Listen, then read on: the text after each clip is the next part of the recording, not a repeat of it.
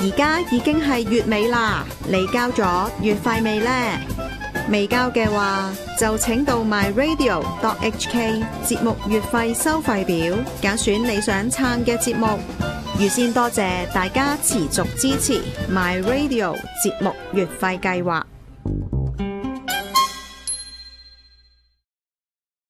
擁抱大香港主義，香港地，香港人做主持。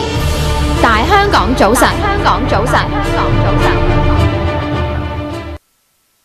早晨，大香港早晨第三節，今節我哋有一個現場直播呢個東區法院門內嘅情況嘅，咁我哋有記者阿 Christine， 係啦 ，Christine 已經到咗現場噶啦，咁我哋而家即刻駁咗佢先好嘛？駁咗先 ，Hello Christine。喂，早晨，早晨。早晨。Hello。咁啊，Christine隔離咧四眼都喺度嘅，咁啊就今日就做咗 Bonix 嘅，不過佢唔出嘅。Bonix 仲喺度都唔出嘅，唔夠瞓啊！咁啊，今日就而家喺東區法院嘅狀況，可唔可以大概講解一下？好，咁我對眼唔望鏡頭，因為咧望住教主架車隨時會過嚟嘅。嗯。咁就係即係上星期三啦，就係呢一個裁判官佢宣讀咗個裁決書，就讀咗2個半鐘。咁讀完之後咧，就本來諗住上星期三都會即刻有個裁決嘅，咁但係咧，咁個裁判官咧就冇任何嘅動作啦，淨係問教主需唔需要求情，咁教主當然就唔需要求情啦，因為即係議會抗爭係要做，同埋直接今次呢一個喺司法制度裡面嘅一個案例咧，必須要即係抗爭到底。亦都係為咗以後，如果喺立法會裏邊再有一啲抗爭嘅話，可以作為一個即係先例啦。咁唔單止喺立法會裏面抗爭，而係去埋呢個司法制度裏面嘅抗爭。咁今次唔單止係一個政治檢控，仲係一次政治審訊、政治審判。咁上個星期裁判官就唔肯去做個裁決，就壓到去今日上午9點半，一陣間咧就會喺東區裁判法院4樓7號庭嗰度做嗰個裁決。其實四眼啊，佢其實嗱，我修正我用個第二個字眼咁講啦。嗱，上次教主咧就罪成咗㗎啦，係咪？係。咁而裁判官係唔判刑啦，所謂個裁決講緊係啦。而呢個係唔係即係唔係好清楚點？上次裁決咗，就冇判刑。係啦，而呢個係其實係點講咧？即係話喺睇唔到佢一個點樣合理嘅情況會係咁咧，因為教主又唔求情係咪？咁佢又唔知點解咩嘢原因底下佢認啦。一般可能處理普通襲擊案咧，係會如果唔係即日判刑，通常都係話可能要索取一啲感化報告啊，或者係服務令報告，然之後再決定嗰個量刑嘅。咁但係即係今次又冇啦，咁教主亦都冇求情，而佢係決定押後咧，絕對係有一個政治因素喺度。即係我哋咁樣認為啦。係佢要係啦，可能即係佢要評估嗰個社會反應啊，再去決定翻嗰一個量刑嘅準則啊等等。係。咁今日最壞嘅打算咧，就係判刑啦、即時監禁啦、不准保釋上訴啦，咁就要去到荔枝角收押所嗰度還押啊，或者係即係即時監禁咁樣。可唔可以？如果出現呢個情況咧，即係都會去，我哋就會即刻去翻荔枝角收押所嗰度係聲援教主啦。咁睇下會唔會有啲後續可能留守嘅行動啦。咁同埋會盡快安排律師係去高等法院嗰度申請個保釋上訴。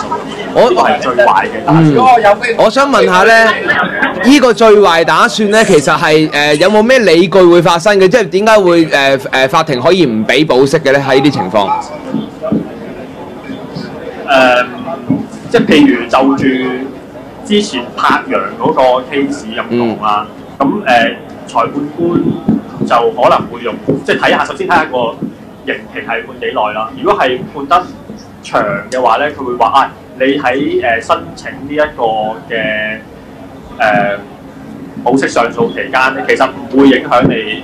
即係如果你刑期係短嘅話，可能你坐完之後你再申請上訴，上訴有機會推翻一個裁決，你會係變咗白坐啊嘛。係啊。咁但係如果個刑期長嘅話，佢哋就覺得冇呢個情況咁樣樣。哦，即係而家就有個咁樣睇個刑期長短，就可能影響咗個保釋問題啦。而家呢個係其中一個因素，係因為佢裁判官俾唔俾保釋，仲有好多考慮因素嘅。譬如話，睇下你會唔會好大機會重辦啦。係睇下你會唔會棄保潛逃啦。因為譬如棄保潛逃，佢就考慮你啊，譬如你本身個控罪嚴唔嚴重咁樣樣。咁普通襲擊其實就唔係一個好嚴重嘅控罪。係，因為最高罰款都係即係5000蚊啊，監禁1年咁樣樣。係一般嚟講，同埋即係今次其實係完全冇傷到人㗎嘛。明白。即係就住嗰個即係案件嚟講。係啊，冇任何受傷者啦，嚇。係啊，只可以話有啲咩驚嚇啊各樣嘅啫。喂，咁四眼條頭先有講到就話裁判官上次唔判刑，咁以你頭先嘅講法啦，或者我哋嘅睇法啦，就係覺得喂可能有啲政治因素啊，睇下佢哋，因為我哋都認定佢一定係政治審判嚟嘅咧，呢個毋庸置疑㗎啦。咁樣佢個狀況係話呢個睇下呢個社會嘅嗰個反彈啊，或者佢哋嗰個關心程度啊。咁我又想問下啦，現場嗰啲傳媒啊各樣，你眼見多唔多啊？或者佢哋嘅點樣情況咧？唔多啊，即係啲主流媒體都嚟晒啊。係。即係 Now 啊、TVB 啊、K 啊，全部都嚟晒。係。咁啊，今日咧就冇一啲即係土共藍絲喺度。即係全部都係嚟聲援教主嘅義工或者手足啊，同埋其他嘅支持者咁樣。係。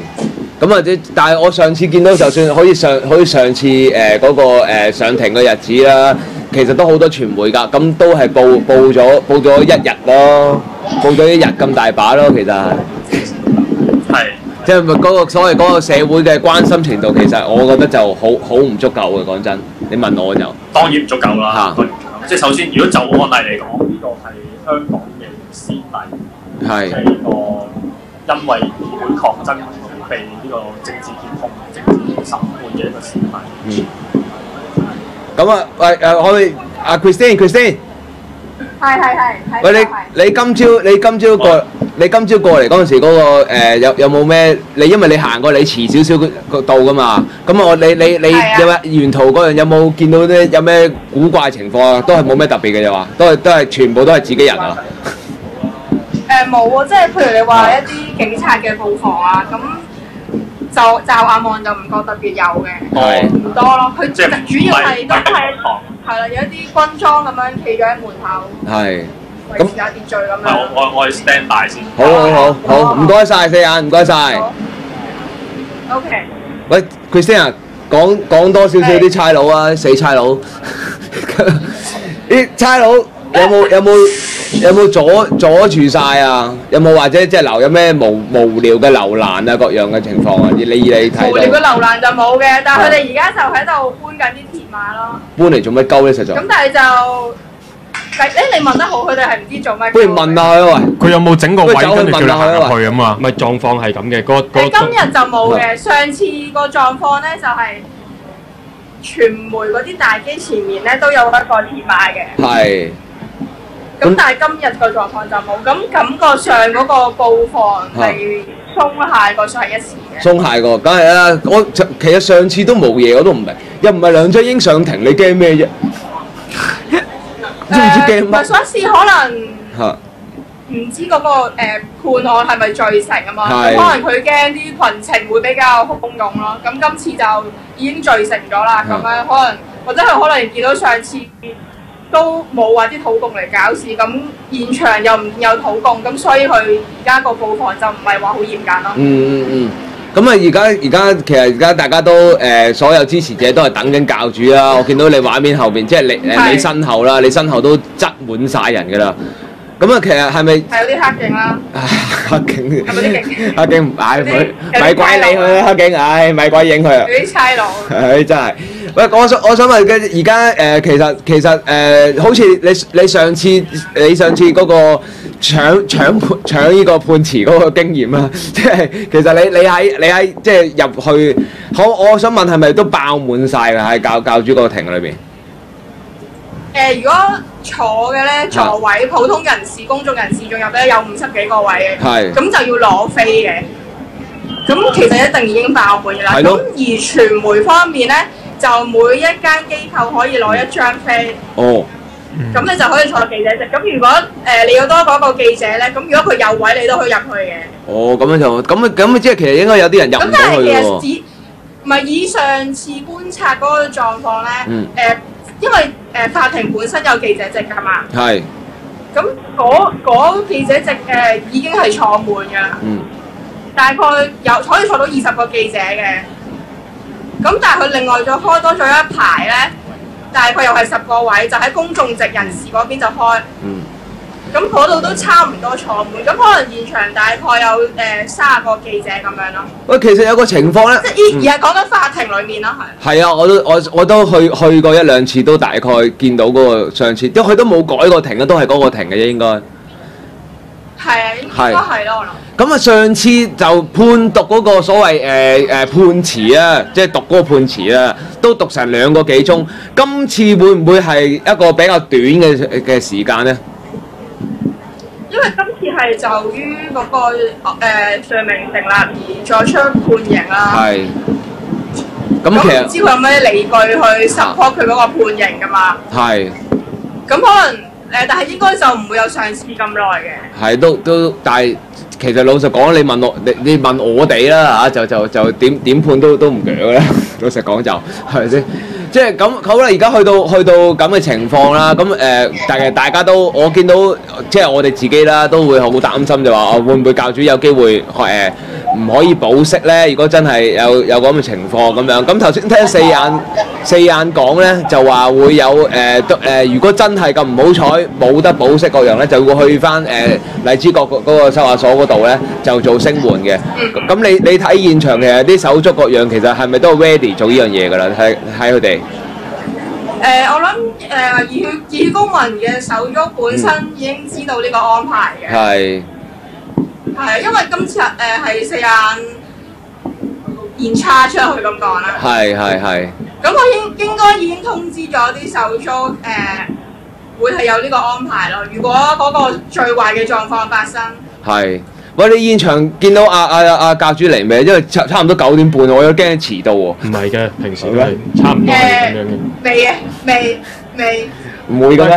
我講少少。係 standby 緊咯。我講少少關於頭先你哋個研究嗰個鐵馬嘅問題。係啊。基本上每一次教主上庭嘅時候，外面都有 set 鐵馬嘅。係啊。咁其實預防嘅乜嘢？基本上就係講緊熱血公民同埋土共嘅衝突啦。即係恐防會有啲咁嘅事發生啦。但係今日佢哋應該即係布防上面都會有擺定鐵馬喺度，因為唔知會唔會有啲咩人嚟啊嘛。但係通常去到一個狀況就係差唔多9點半啦，即係見到個狀況都開始定啦，即係冇乜話特別人嚟搞事啊咩成嘅時候咧，佢哋都會放翻個鐵馬出嚟，因為基本上你講緊如果冇特別狀況嘅話咧，我哋都係唔會走入個鐵馬裡面噶嘛，唔係話人哋 set 個鐵馬你就會行入去噶嘛。入去做乜嘢？咁你而家即係好似頭先你鏡頭影到咁樣啦，都係咁樣，其實都係咁嘅狀況啦。我哋講緊佢今日就冇聲咯，就咁派咗喺度，擺定喺度咯。眼見就周圍都係熱血公民啦、普羅啦、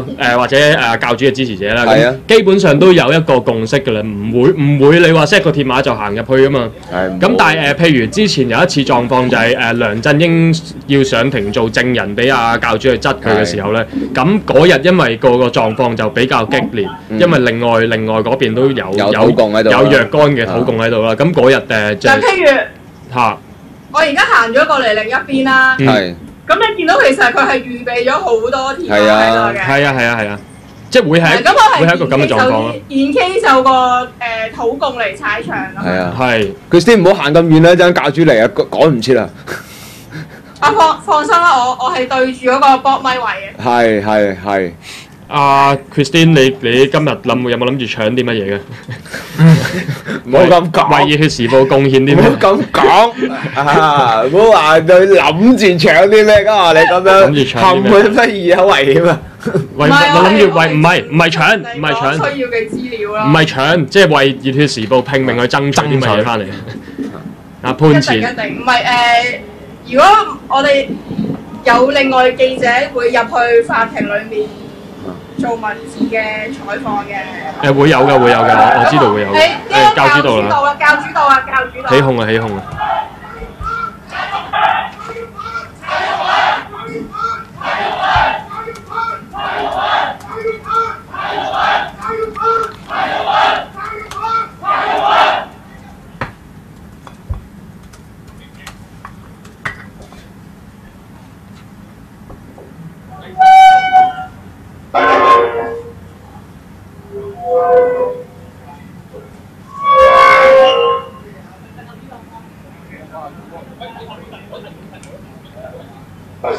睇下佢乜嘢啦，咁撞親啦，記者朋友都好耐冇咁多人圍住我㗎啦。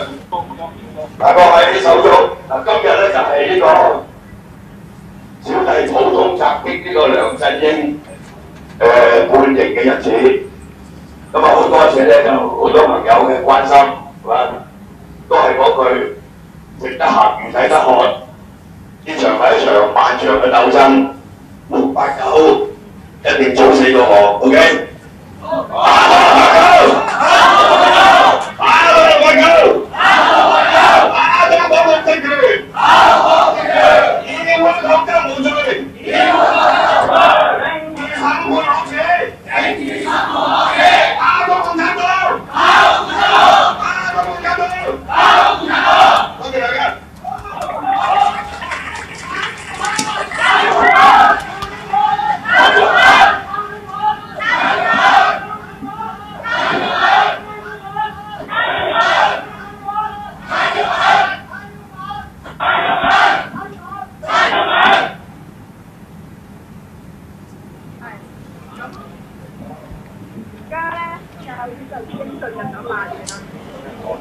係聽唔到，大聲啲。啱啱發言完嘅，佢先話係睇到。係啦，佢已經啱啱發言，而家就進入咗法院。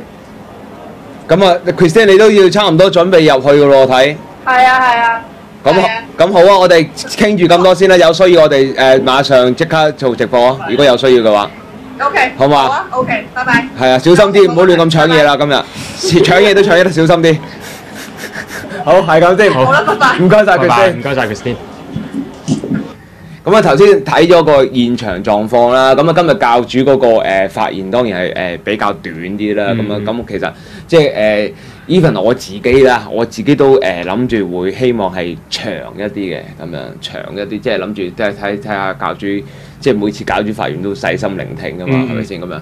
咁啊而我覺得係有啲我純粹叫做妄自猜度一下啦嚇。即係教主，即係講真，去到今時今日，真係要講嘅都講得好清楚啦，係咪先？我都費事同你喺度再嘥時間。唔係呢個一來啦，呢個必然嘅事啦，但係其實可能係遲到，都遲到，係遲咗到啫。咁都遲到啊！咁係啊，事實上係啊，要同你哋講嘢一早已經講晒㗎啦。你哋可以理解到幾多，去執行到幾多，呢啲就你哋嘅事，聽天由命㗎啦。咁即係教主為我哋付出嘅已經係仁至義盡㗎啦。講真，所以你哋每一個人都係欠咗教主嘅。咁啊應該咧就唔會好耐就知道實質嗰個所謂判刑是如何啊，有冇保釋各樣㗎啦。咁咧，但係我哋依節咧就做住咁多先。咁大家咧就密切 keep 住留意翻我哋熱血時報嘅 page 啊，同埋我哋自己本身嘅報導啦。咁我一定因為我哋有手足啦，有記者會喺入邊，咁就會有文字嘅轉載啊各樣。咁有咩最新消息咧，大家都可以即刻去睇得到嘅。